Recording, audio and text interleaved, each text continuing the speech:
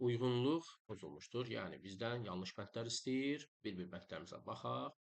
Bir, Böyük Qafqaz və Böyük Qafqaz arasında Dağlıq Şirvan Fiçor rayonu var. Bəli, bu ərazidə biz Dağçı Yanşavla rast gəlmirik. Bəli, rast gəlirik. Bu doğru bənddir deyə bunu seçməyəcəyik. 2, Orta Araz, yəni Naxçıvan ərazisidir. Bəli, orada Günnüt Qapçığa rast gəlirik və dağ meşə. Xeyr, bu ərazisdə dağ meşələri ümumiyyətlə Orta Araz, yəni Naxçıvan vilayəti ərazisində biz meşə lanşalara rast gəlmədiyimiz üçün bu yanlış bənddir. Demək ki, biz bunu bəndi seçim eləyəcəyik burada. 3, Kürdarası çökərliyi, Qanı Xəriçay yarımçay rayonu, Kürdarası çökərliyi arasında yerləşən Qanı Xəriçay ərazisi qurun sularının hesabına və eyni qədər rütubətinin də xeyli dərəcədə olması burada əsasən biz düzən meşə landşaftı üstünlük təşkil etdiyini görürük. Yəni yarım səhra bəndi bura üçün yanlış olacaq və biz bu bəndi də seçəcəyik yanlış olduğu üçün.